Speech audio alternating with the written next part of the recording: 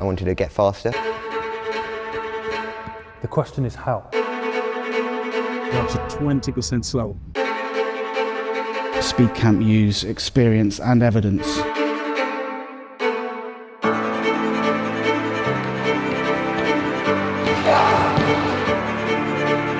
You actually peaked in terms of acceleration velocity about 3 strides too soon. Our framework is called the 3 energy systems of fast bowling. You're not going into a system blind, you have a structure. He had a slight issue with the ball and socket joint here. Can you repeat that? That's definitely Okay. No, I don't want more. Don't give me more.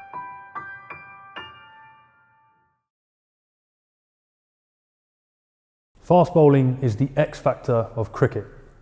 I remember being told that it takes an entire season to prove how accurate you are, but only 1 ball to prove how fast you are. The question isn't if bowlers want to get quicker, the question is how. Sam's always worked really hard on his game. You know, he's been playing from a young age and has always wanted to get better and loves the game. So at that time when Sam got left out of the county squad, that really just fueled his hunger to get better at his all-round game, but specifically his quick bowling. Really wanted to delve into it and get better and better. I'm Sam Smith and I started working with SpeedCamp about 18 months ago. I joined in around the time that I was left out of the county squad. I was really hungry at the point to prove, and I knew I wasn't at my full potential at that point, but I didn't know how I could improve, how I could get there. It was at a point where I wanted to take my bowling to the next level, particularly my pace. I wanted to get faster. So I did a bit of research online and I found the Book of Pace, which was written by Shabazz. I read the book and found it really resonated with me, found it really fascinating, and I could understand a lot of the points of where Shabazz was coming from. Like most bowlers, when Sam walked through the doors of SpeedCamp, he was very raw. He had the ambition to bowl fast, but he didn't know how to do it. His search for speed was just trying to rotate his arm faster and faster. Bowling fast is complex. There's a lot of technique involved, a lot of fitness, physical and neurological factors also play a big part. After our first session, we could have easily made a judgment on what Sam was doing, and at that given time we could have concluded that it wasn't good enough. After profiling him, we identified a number of areas where he was lacking. By delving deeper and seeing the bigger picture, it allowed us to create a roadmap to bridge the gap between him and the elite fast bowlers. This approach is what makes SpeedCamp different. It's not just the coach's eye that we're relying on. By capturing key performance data which is specific to fast bowling, we can support our coaches and guide our coaching strategy to suit the players' strengths and weaknesses. The depth that SpeedCamp and Shabazz have gone to, the depth of the analysis and the training and everything around that, SpeedCamp use experience and evidence in their coaching techniques. So actually there's something there tangible behind it, so the players can see, and Sam can see what's going on. Yeah, it was awesome to kind of see the results of the analysis session I had with Shabazz, kind of from the sprints to the jumps. Having that data in that proper evidence, you know where you are and you've got a goal of where you can get to, and you can see that goal progressing over time. If I get this number to this and this number to this, there will be a considerable effect on my bowling. So you're not going into the system blind. You have a structure and you feel confident that what you're doing has an end goal and it's in sight and you can reach it. Elite fast bowlers possess characteristics and abilities that help them do what they do. And of course, genetics are a great natural advantage, but they're not everything. Our framework is called the 3 energy systems of fast bowling: input energy, effective energy, and impact energy. This framework has been developed from years of research, experimentation, trial, error, and ultimately experience.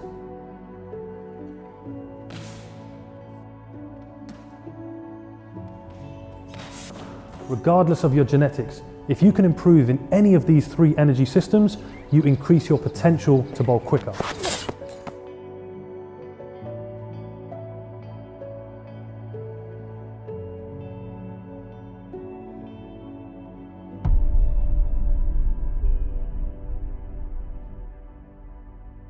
Technology that SpeedCamp uses and the data is fantastic and really makes SpeedCamp stand out. Data can show you things that the naked eye doesn't see. You can use it to work out strengths and weaknesses and therefore what needs to be improved on to take it to the next level. All right, Sam, so just some data from the last session. I'm going to present you with 4 balls in total, okay? 4 balls of particular interest. The first 3 are here. Okay. I'm going to ask you some questions. How would you react if I told you that you actually run in quicker in your warm-up than your max intensity bowling? Very surprised. Didn't expect that at all. No, nor did we. No. But yeah, in the warm-up, you actually hit a peak speed of 22.86 kph at impulse over number 1. Okay, so we're seeing something interesting here. You actually peaked in the run-up in terms of acceleration velocity about 3 strides too soon. Can you see that? Yeah. So you actually peaked over there, and then you had 1, 2, 3 extra strides where you basically had to hold that acceleration. Okay, so that really is just a very mistimed acceleration in the run-up. Okay, but that's inefficient.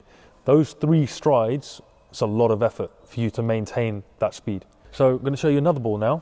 Now this ball is actually the quickest ball in the session, okay? It's the top recorded ball speed. Yep.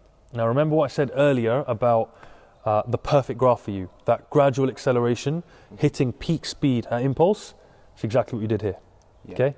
The dip, still, we have a slight dip from impulse to back foot and then ball release, but that's kind of normal for you at the moment because it's hard for you to maintain that type of speed, and obviously we know that there's stability issues when you get into the back foot as well. Yeah. So this is the most ideal curve. Okay, you're preserving momentum. It's a lot more efficient. You're hitting peak speed at the right time, and subsequently you're bowling faster. Okay. The use of technology and data in sport is growing rapidly. We recently signed a multi-year exclusive contract with Catapult Sports. They're the leading provider of wearable technology in cricket. It's a huge accomplishment for us, as Catapult is only available to professional and international cricket teams. When a player first comes to SpeedCamp, we conduct an initial profiling session. We measure the player in accordance to our speed system model. With the use of technology and experience that we have as coaches, we can then run specific tests to get clear-cut data for each of the parameters in our framework. When you get this information as a player, it can really open your eyes and bring clarity to exactly what it is that you need to do to improve. SpeedCamp is run by fast bowlers themselves. They know what fast bowling is, they know the feelings, both the highs and the lows when everything's clicking and going right, the adrenaline, how amazing that feels, as well as the lows when it's not going right, you can't work it out and you get into kind of a dark place. The coaches understand a player's psychological mindset and well-being, and therefore can use their experience from fast bowling to help keep the good attitudes and the good mindsets, or if a player's in a low place, to help gradually get the player into a better headspace. One of the most important things is Shabazz worked out really quickly what makes Sam tick and his mindset, and it was very individual. And I suspect it's like that with all his athletes. They're all individuals, and each one needs to be worked out as an individual. So yeah, finding out what made Sam tick, and then being able to use that to motivate and encourage and get the best out of Sam, whilst letting Sam be himself and develop and come out happy and enjoying it with a smile on his face because he's learning and getting better is fantastic.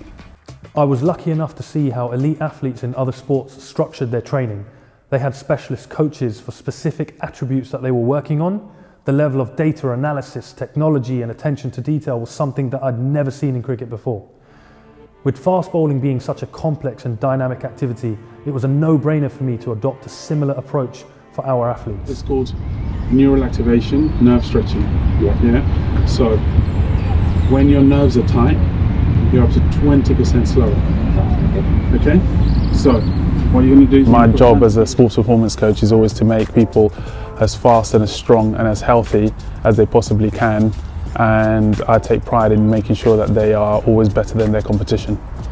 Yeah, this is a brilliant part of SpeedCamp because, as well as the actual bowling coaches, you have the S&C, the masseuse, the running coaches, the nutrition guys. It's not just the bowling, it's everything that encompasses it, and everything that you can possibly think of that would help you take your journey to the next level. The knowledge from all aspects of the game is available and at your disposal to use. All these coaches are specialists in their field, they know exactly what they're talking about, and they've got great knowledge to share with players. Or any running sport, such as cricket, running is everything, because you can literally distance yourself from the competition by being a very good, very efficient, technically efficient, very fast runner. For fast bowling, it makes a huge difference in how fast you can eventually bowl. After observing Sam, he has some technical issues. His feet are everted, which means that all of the power that he's generating is not going forwards, it's going from side to side. What I told him, which is one of the most important things, is he needs to be able to become more efficient as a runner. That way he doesn't have to exert as much effort into his running, which means he'll be able to bowl fast again and again and again and again. Working with SpeedCamp is an absolute honour for me because, working with Shabazz, we've been friends for a long time. I used to help coach him along with Peter Marcasiano, just to see where he has taken fast bowling. As a coach myself who prides himself in trying to be the best I can possibly be, I can see that in Shabazz. I can see the results that he's getting with a lot of young bowlers and the difference he's making. There are loads of different coaches all over the world. For me, the people that I gravitate to are the people who want to be great, and Shabazz has those aspirations. As coaches, we could never say that we're the greatest because we're always striving for more, but what Shabazz is doing at the moment is incredible for me, so it was a no-brainer for me to get involved with SpeedCamp. That's basically why I wanted to have the conversation with you, because I think this is where your expertise is going to just help us improve that so that he's not losing energy in that way.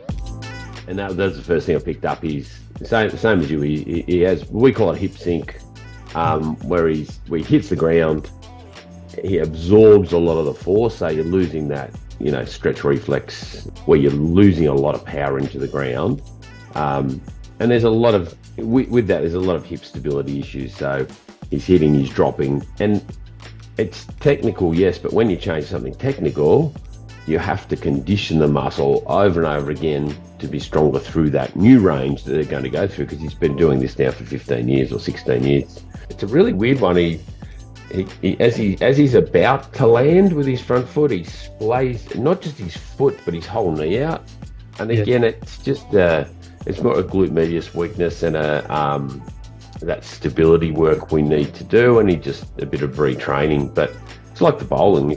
If you want to practice a new bowling action once, great, it won't last, but we've just got to do it over and over again. It's almost the same with his back foot landing, how he collapses. It's a habit, so it's a motor pattern that his body has ingrained over and over again.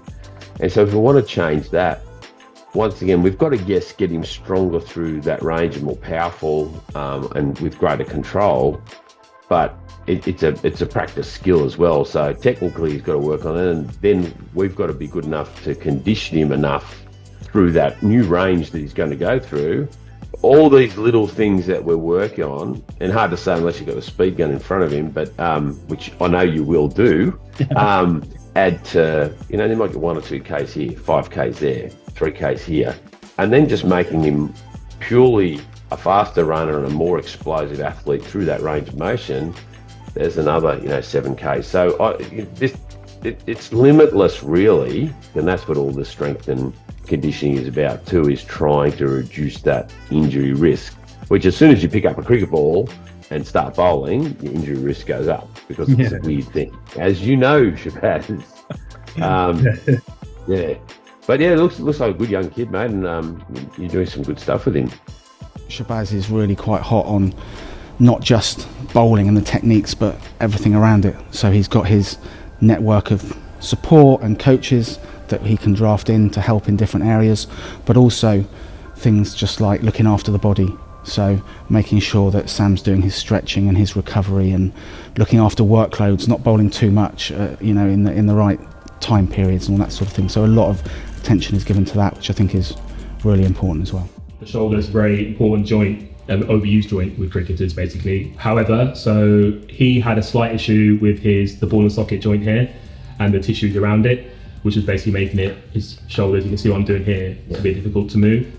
However, with some deep soft tissue, mobility and strength work, it's quite easy to get released. The big difference with SpeedCamp is not only do they focus on what's important on the field, they focus more importantly what's important off the field, which is is quite rare. You know, as we were just saying earlier, the shoulder joint is very important. People like Shabazz are telling me that it's really important to keep on top of that. You know, get your massages, do your mobility, do your exercises to keep the shoulder in good nick, basically.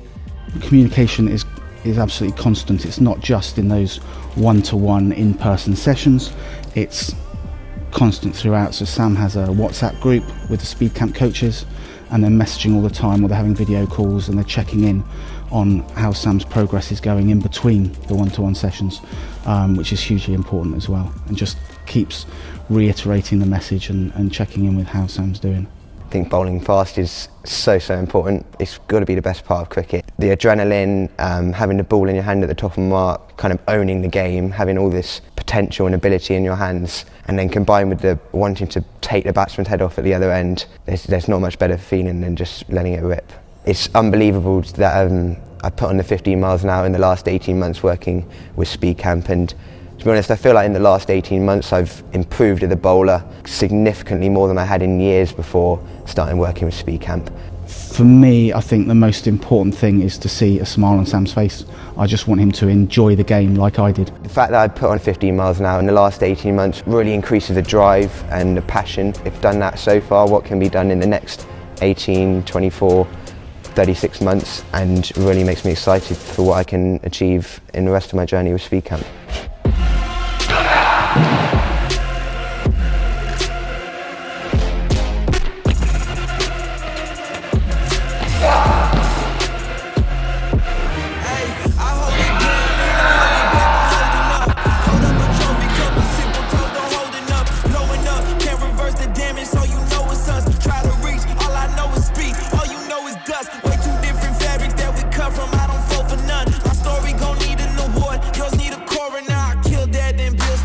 There's no weakness in that. That ain't getting better. Can you repeat that? There's definitely. Okay. No, I don't want more. Don't give me more. Can you repeat that? Can you repeat that?